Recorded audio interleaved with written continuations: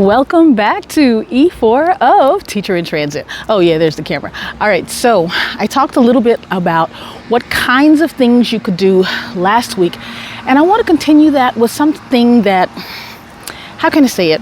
Sometimes teachers really just need to feed their soul, and that's what I want to talk a bit about today, feeding your soul.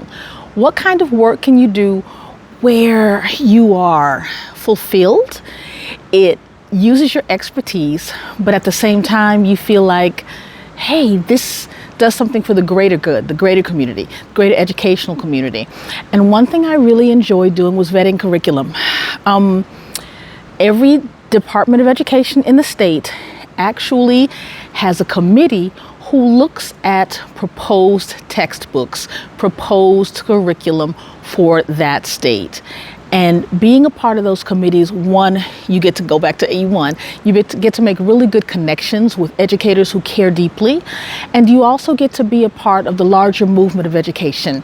For example, I was on a STEM team and we looked at several proposed curriculum for grades 6 through 12 in EdTech, in design, in CS, and all of those things are related, but they're not the same. So it was really nice to be able to put a stamp of approval, or also to be able to say, this is CS for 8th grade, this is not EdTech for 6th grade, let's make some changes.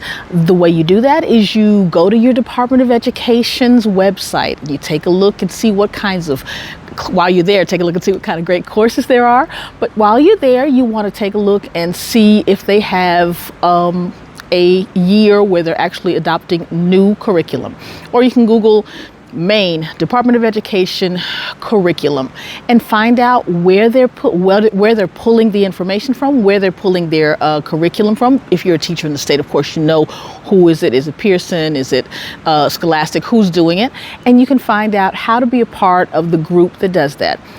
Again, when you do that, you not only give your expertise, but you gain so much expertise. And the other part I want to talk about is what you can do with that statewide expertise, those statewide connections.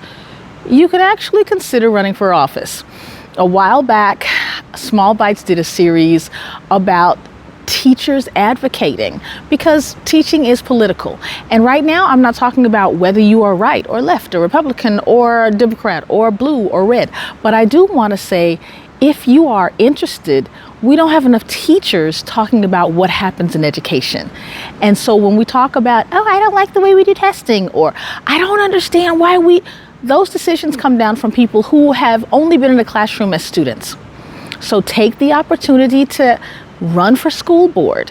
I bet if you talk to your school staff, I'm talking about the people you work with, that somebody would even take over a couple of duties if you say, hey, I'm going to be able to bring our ideas to the board. And no, it's not a lot of money. But again, we're talking about things that they're not always about money. Sometimes it's just, let me feed my soul. So I hope that those things are things that you can kind of get behind. From there, you can also write curriculum. They always have opportunities for writing math and science, especially. They're looking for people who are in the classroom who write curriculum that we can really use in the classroom. Because again, sometimes the people who are putting those things together, those materials together, haven't used them in practice in a very long time, if they have ever used them in practice. So those are the two things. Vet material for your state, be a part of a larger movement, and also be a part of the larger movement of actually shaping curriculum by putting your name out there and writing. Those are things that you can do easily while accepting a small position, a project position on the side. And even though it's a small project, pays good money. So I hope that helps you a little bit. I hope that gives you what you need. And for episode 5, we got something great coming up. I'm going to release a one-pager, kind of an infographic that'll help you figure out what are your skills, what travels, and what you can do to really make a difference for yourself, for your family, and for the global community. All right, thanks so much for coming. I will see you next week. Peace out.